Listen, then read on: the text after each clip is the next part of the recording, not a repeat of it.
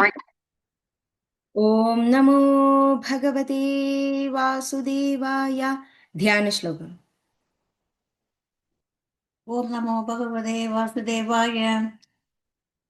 सान्द्रानन्तावबोधात्मकम् अनुपमिदं कालदेशावधिभ्यां निर्मुक्तं नित्यमुक्तं निगमगतसहस्रेण निर्भास्यमानम् अस्पष्टं दृष्टमात्रे पुनः उरुपुरुषार्थात्मकं ब्रह्मतत्त्वं तत्तावत्पादि साक्षात् उरुभवनपुरे अन्तर्वाक्यं जनानाम्। नम्राणां सन्निधत्ते सततमपि पुरस्तैरनभ्यर्थितानपि अर्थान् कामानजस्रं वितरसि परमानन्दसान्द्रां गतिं च इत्थं निशेषलभ्यो निरवधिकफलपारिजातो हरे त्वं क्षुद्रं तं शक्रवाडी द्रुममभिलषति व्यर्थम् अर्थिव्रजोऽयम्।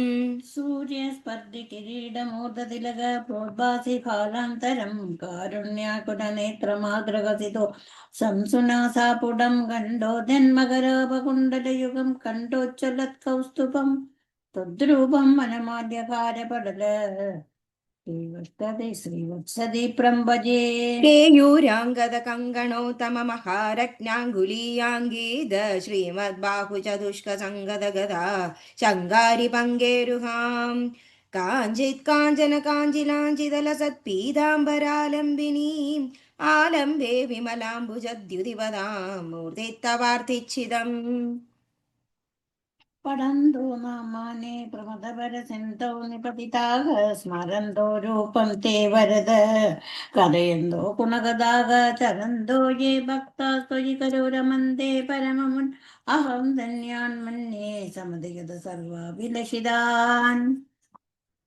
विधूय क्लेशान् मे कुरु चरणयुग्मं धृतरसं भवक्षेत्रप्राप्तौ करमभिजते पूजनविधौ भवन्मूर्त्यालोके नयनमददे पादतुलसी परिक्राणे घ्राणं श्रवणमपि ते चारुचरिते सर्वत्र गोविन्दनाम सङ्कीर्तनं गोविन्द गोविन्द। दशगम् अय ബ്രഹ്മാവിന്റെ തപസ്സും വൈകുണ്ഠ ദർശനവും.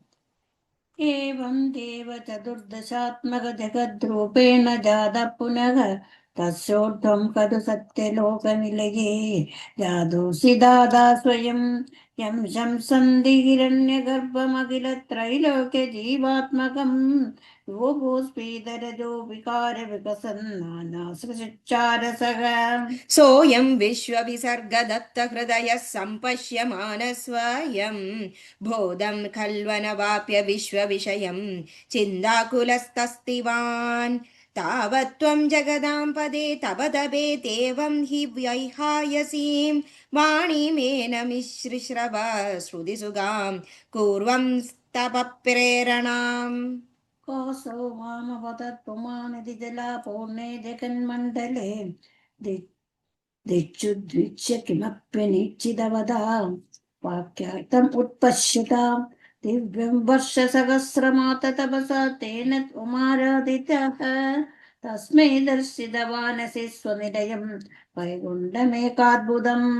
माया यत्र कदापि नो विकुरुते भादे जगद्भ्यो बहिः शोकक्रोधविमोहसाध्वसमुखा भावास्तु दूरं गदाः सान्द्रानन्दचरित यत्र परमज्योतिप्रकाशात्मके तत्ते धाम विभाविदं विजयते वैकुण्ठरूपं विभो।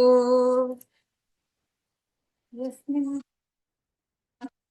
रामावतावद्विषो नानाभूषणरत्नलेपितदिशो राजद्विमानालयाः भक्तिप्राप्त तथावितो न तपता दिव्यन्ति दिव्यजनाः तत्ते रामनिरस्त सर्वगमनं वैकुण्ठरूपं जयेत्। नानादिव्यवधूजनैरभिवृता विद्युल्लतातुल्यया विश्वोन्मादनहृद्य गात्रलतया विद्योदिता शान्दरा त्वत्पादाम्बुजसौरभैककुतुकात् लक्ष्मी स्वयं लक्ष्यते यस्मिन् विस्मयनीय दिव्यविभवं तत्ते पदे पदं देहि मे। तत्रैवं परिदर्शिते निजपदे रत्नासनाध्यासितम् വാസത്കോടിലസത്കിരീടകടകാദ്യ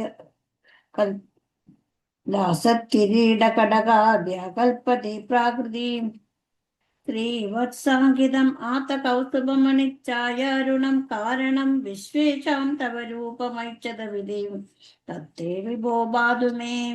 കാളാംബോധകളായ കോമളരുചി ചക്രേണ ചക്രം ദേശാം ആവൃണ്വാനമുദാരമന്ദഹസിതസ്യന്തപ്രസന്നാനനം രാജത്കമ്പുകധാരി പങ്കജധര ശ്രീമദ്ഭുജാമണ്ഡലം സ്രഷ്ടുസ്തുഷ്ടികരം വപുസ്തവ വിഭോ മദ്രോഗമുദ്വാസയേത്.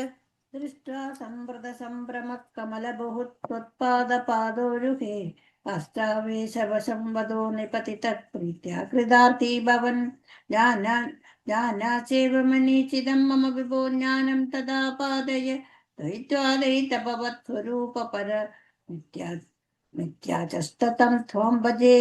ആദാമ്രേ ചരണേ വിനമ്രമദദം ഹസ്തേന ഹസ്തേ സ്പൃശൻ ബോധസ്തേ ബവിദാന സർഗവിധിഭിഃ ബന്ധോऽപി സംജായത്തെ ഇത്യാഭാഷ്യഗിരം പ്രദോഷ നിതരാം തच्चित्तगूढस्वयं സൃഷ്ടൗ തം സമുദൈരയസ ഭഗവൻ ഉല്ലാസയോലാഖതാം.